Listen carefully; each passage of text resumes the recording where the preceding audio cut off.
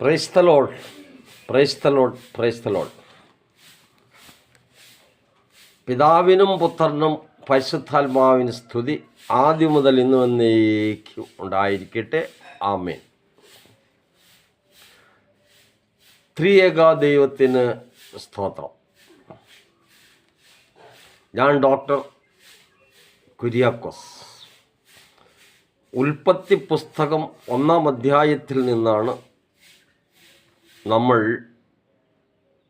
പഠിച്ചുകൊണ്ടിരിക്കുന്നത്. ഉൽപ്പത്തി പുസ്തകം 1-ാം അധ്യായത്തിൻ്റെ 1 മുതൽ 5 വരെയുള്ള വചനമാണ് ഈ ദിവസങ്ങളിലുള്ള എപ്പിസോഡിൽ നമ്മൾ നോക്കിക്കൊണ്ടിരിക്കുന്നത്. ആദിയിൽ ദൈവം ആകാശവും ഭൂമിയും സൃഷ്ടിച്ചു. ഭൂമി പാഴായും ശൂന്യമായും ഇരുന്നു. ആഴത്തിന്മീതെ ഇരുളുണ്ടായിരുന്നു.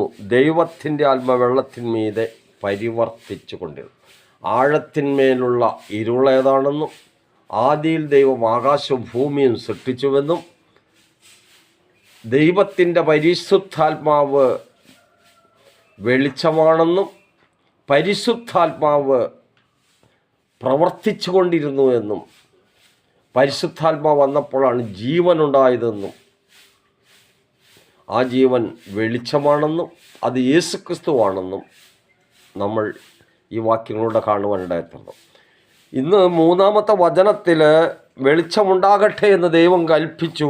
വെളിച്ചമുണ്ടായി. വെളിച്ചം നല്ലതെന്ന് ദൈവം കണ്ടു. ഈ വചനങ്ങളിൽ പിതാവാം ദൈവത്തെയും പരിശുദ്ധാത്മാവാകുന്ന ദൈവത്തെയും യേശുക്രിസ്തുവാകുന്ന ദൈവത്തെയും കാണുവാനായിട്ട് കഴിയും. ത്രിയേക ദൈവം ഒന്നിച്ച് വരുന്ന, സൃഷ്ടിക്കുന്ന, സൃഷ്ടി ചെയ്യുന്ന കാര്യങ്ങൾ ഈ ഉൽപ്പത്തി പുസ്തകം 1-ാം അധ്യായത്തിൻ്റെ 1 മുതൽ തന്നെ നമുക്ക് കാണുവാനായിട്ട് കഴിയും.